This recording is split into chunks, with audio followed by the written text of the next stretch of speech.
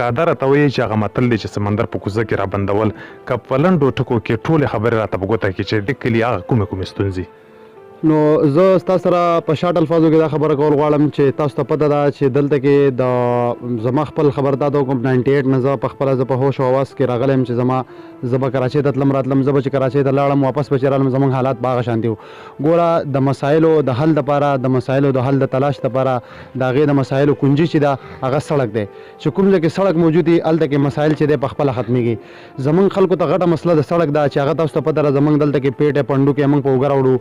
او موږ خپل مریض چې دی هغه په اوږه باندې رسوو دلته کې د میلونو پیدل لار موږ وهو موږ خپل مریض پیدل وړو او هغه مریض سره د یو مریض سره زموږ 15 سے 20 کسان چې کوم دی ډسټرب کېږي که په کلي کې یو ماشوم بیماري نو زموږ پوره کلی ډسټرب وي د هغې وجه دا ده که ته ماشوم هم چاته په کټ کې وړې نو هغې سره به دا ټول خلک اعوذ بالله من الشیطان الرجیم بسم الله الرحمن الرحیم ګرانو کتونکو اوریدونکو د انګازې ټي وي نه عبدالقادر مرور افریدي حاضر دی په ټوله پښتنه مینه مې سلامونه در واخلې نیکي هیلې احترامات په دې هیله چې روغ جوړ ټیک ټاک فیټ باډ به الله راوکړي چې راتلونکې لمحې هم ستاسو لپاره ښکلې حسینې ګلورینې او شیرینې شي ملګرو انګازې ټي وي مختلف پروګرامونه راوړي هر څنګه پروګرامونه انګازې ټي وي یو څه خو داسې پروګرامونه هم موږ جوړوو خصوصي پروګرامونه چې هغې ډېر نهایت قابل قدر وي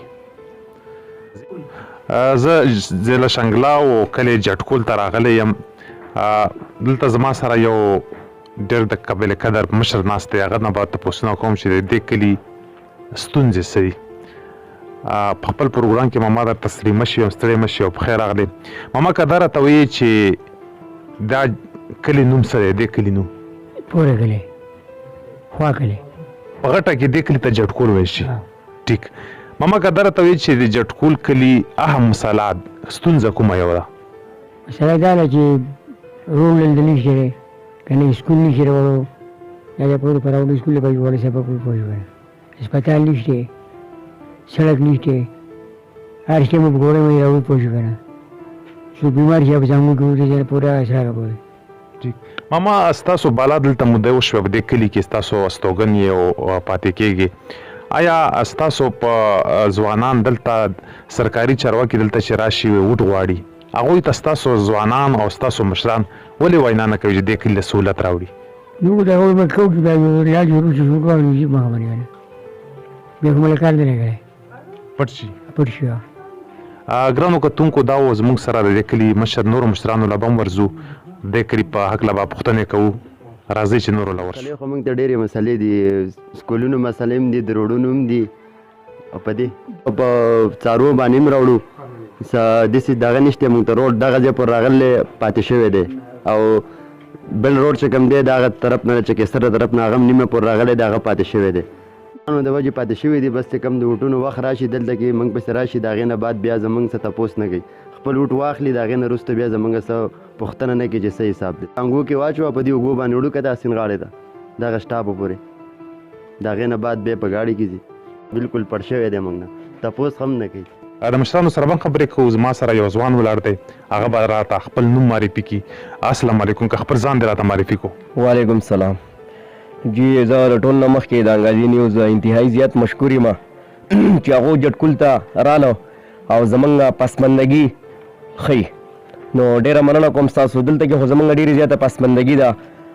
که تاسو سوچ وکړئ روډ هم دلته کې نشته هسپتال هم دلته کې نشته او سکول چې کوم زموږ دی په 1974 کې جوړ شوی دی نو هغه هم داسې دی چې په هغې کې استادان هم کم دي او په هغې کې لکه د هغې چې کوم کمرې دي 2 کمرې دي د هغې نو هغه هم داسې دي چې لکه هغه د سبق د نه دی ویلو دي لکه بالکل دغو خبرو له به ورځو خو که دا راته وایي چې دلته سیاسي هلې ځلې شروع وي دلته ستاسو ځوانان په الیکشن کې هلې ځلې کوي آیا تاسو هغه سرکاري چارواکو ته چې کله الیکشن مهم وي تاسو دا کارونه ورته نه په ګوته کوئ یاره جی کله چې د الیکشن دور شي نو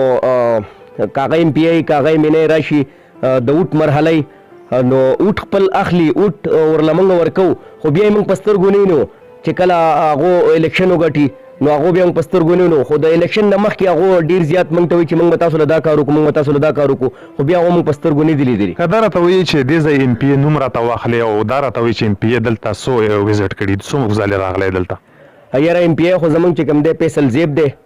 او هغه دلته کې زمونږ پولینګ سټیشن چې کوم دی هغه موږ په خپل هغه له ګټلی دی خو هغه موږ بیا نه دی لیدلی یو پیریم نه دی راغلی دلته کې جټکول ته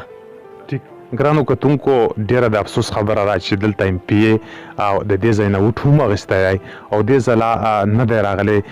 ډیر د شرم خبره سیاسي خلک بالکل کورونو کې ناست دي او دغو خلکو له نه راځي داسې خلکو ته د سیاست کردار ادا کولو نه په کور کې ناستې ښه دی که دا راته وایي چې دلته پریمري سکول دی هغه د نش برابرو خو اوس د یو ملګري په کوشش باندې بحال شوی دی په هغې کې هلې ځلې څنګه دي یاره په هغې کې خو هلې ځلې ماشاءالله اوس ښه روانې دي واړه پکې هم ښه تعداد پکې ښه برابر دی خو استادان چې کوم دي هغه دوه دي موږ دا غواړو چې د حکومت نه چې موږ د استادانو هم زیات کړي او کمرې ورته هم یو دوه زیاتې کړي لکه السلام علیکم وعلیکم السلام که خپل نوم راته معرفي کړي جی هارون نوم مې هارون صاحب که دا راته وایي چې سبق دی ویلی جی سبق مې ویلی دی دلته کې زموږ خپل پرایمري سکول کې ما 5مه پورې ویلی بیا د هغې نه وروسته کراچۍ ته تللی تعلیم حاصل کړل دې ځای نه کراچۍ ته سبق له جی اصل کې زموږ مسله دا ده چې دلته کې سکولونه چې کوم دی یو پرایمري سکول دی هغې نه بعد بیا موږ سره دلته کې های سکول نشي چې هغې کې موږ دومره اخراجات هم نشو برداشت کولی نو هغې دپاره بیا موږ اعلی تعلیم دپاره شهر ته تللي کراچۍ که دا راته وایي چې په دې کلي کې ستا په دومره تعلیم چې چا کړی څو کسان به وي یا دلته کې زموږ د ینګ کل تعداد موږ سره ډېر دی خو تا ته به په دې کې 500 ینګ کل به وي په هغې کې به 10 میټرک پاس وي زیاده د دې کلي اوسېدونکی دی هغه سره خبرې کوم لالا که خپل نوم دې راته وښیلو نوم ګل محمد دی ګل محمد صاحب که دا راته وایي چې دې کلي اوسېدونکی یې په دې کلي کې کومې ستونزې چې تاسو هغه ډېر مشکل کې اچولی یې دا سکون دی ته لار نشته په خرو منې په اوږو منې سامان راوړو روډو ته نشته سړکو ته نشته بل شی ته نشته پوه شوې که نه اسپتال ورته نشته چې څه دغه شي موږ په اوږو منې وړو مریض او څو کیلومتره لرې وړو لکه دا تکلیف دی موږ ته جي لالا که دا راته وایي چې تاسو په کلي کې ځوانان هم موجود دي هغوی ته تاسو دا تربیت ولې نه ورکوئ چې دې کلي اواز او خلکو ته ورسوي کوم خلک چې دې کلي نه که آباد شوي بس دا جي انپړه دي که نه تعلیم نشته که نه تعلیم نشي تعلیم چې وی نو غوښتلی به مخې ته خو تعلیم نشته پوه چې دلته کې زموږ سکول دی هغه کې ماشټران نه وي یو ورځ راشي به شل ورځې بیا نه راځي واړه پکې ناست دي هغه بیا نه راځي ته په خپله دا شوق لرې چې زه په ماشومانو باندې سبق ووایم جی بالکل زه سبق لرم ما خپل هلک دی هغه په 12 کې دی په هغه کې سبق وایي فټاباد کې اوس هغه له کور دی سرکاري چارواکو ته ستا څه ګیله چې څه اولنی کار کوم یې وکړي زموږ هغو دا ګیله چې موږ لږ سکول کولاو کړي اسپتال کولاو کړي پوه شوې که نه موږ ته دا لار راوباسي چې موږ ته دا لار راشي نو موږ ته به ټولې ستونزې لږ اسانې شي لکه عبدالرحمن صاحب په خپل پروګرام انګازې ټي وي کې تاسو ته ستړي مه شوي یم ستړي مه شي او بخیر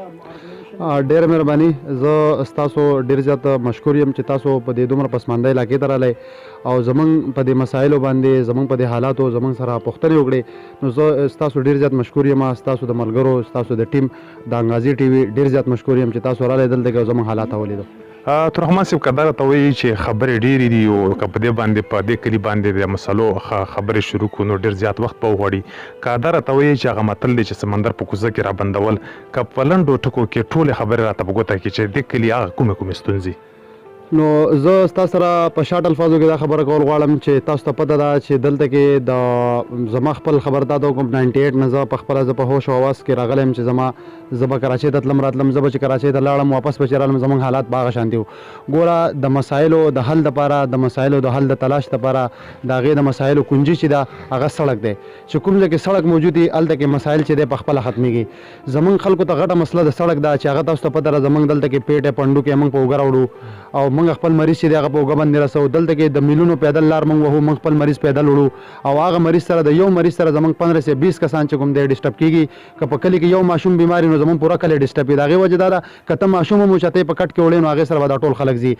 دلته کې زه دا هم خبره کوم چې زموږ د وسه پورې چې کله نه دنیا به د شی ده د نن ساعته پورې موږ ته د دې یو سکول او د دې بجلۍ نه علاوه نور موږ ته څه سهولت نشته دی زموږ ماشومانان چې په ښه بده پوهېږي هغو لاهور کراچۍ مردان صوابۍ چارسده پېښور دې ځایونو ته ځي او هغو په هوټلو کې کارونه کوي د چا 200 روپۍ دیاړي د چا 300 روپۍ دیاړي او هغه دیاړي راوړي دلته کې خپل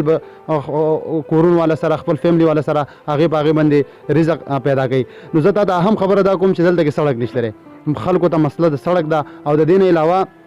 اهم خبردار چې خلکو ته تعلیم نشته دی تعلیم چې نشته دی نو هغې نه ټول ماشومانان چې دي هغه دغسې رالویږي په دومره ټیکنیکل دور کې او په جدیدترین دور کې زموږ ماشومانان چې د غیر تعلیم یافته غټېږي چې دنیا په ترقۍ په پرمختګ طرف ته روانه ده او دنیا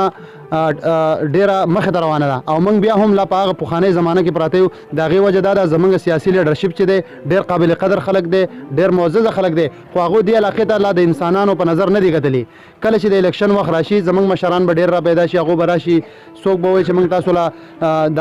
ځمکه په پورته خېجو اسمان کته را ګوزو. خو چې کله الیکشن وشي او ووټونه ختم شي د هغې نه وروستو بیا څوک راځي نه. بیا چې کله 15 کاله تېر شي 15 کاله پس بیا خلک راشي او زموږ د دې ساده لوح عوام نه چې کوم دی بېوقوفه جوړ کړي او د دوی ووټونه واخلي او په دې باندې اسمبلۍ ته ورسي. د هغې نه بعد زموږ څوک پوښتنه نه کوي. نو زه خپل د سیاسي واکدارانو نه، خپل د سیاسي لیډرشپ نه، د حکومت نه دا غوښتنه کوم چې موږ هم دومره وکړه چې تاسو ته خپل د اواز راورسوو د پاره د خدای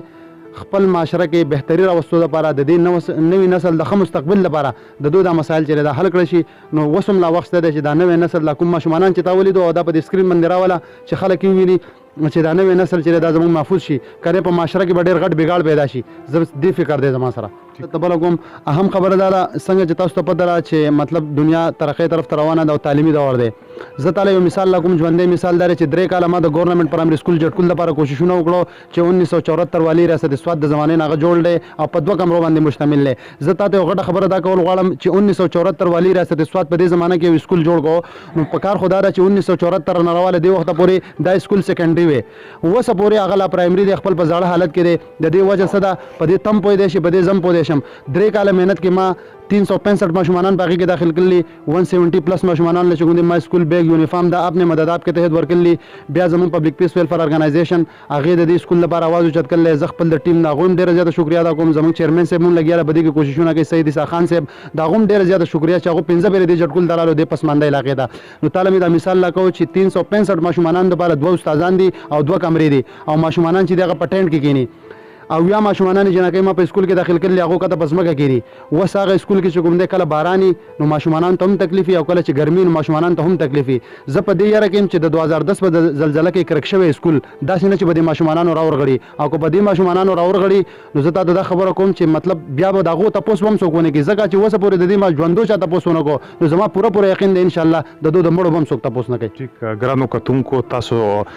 سرکاري چارواکو ته عبدالرحمن صاحب خبره په ګوته کړې، کومه خبره چې تاسو بیا افسوس کوي او بیا تاسو شرمندګي کې تاسو ته هغه خبره په ګوته کړې، نو کار دا چې په دې باندې غور شوي. د سید عیسی خان چیرمن صاحب دلته 15 ځلې فلاحي سماجي کارکون دی دلته وزټ کړی، خو هغه په خپل ان شاء الله چې هغه د فلاحي سماجي هغه سره دومره وس نشته. خو د عبدالرحمن صاحب دا هغه یو کس دی فلاحي سماجي کارکون دی، سرکاري چارواکو ته په اجازه طریقه خواست کوم چې د کلی هغه سہولتونه برابر کړي. خدای ته وګورئ چې د کلی سہولت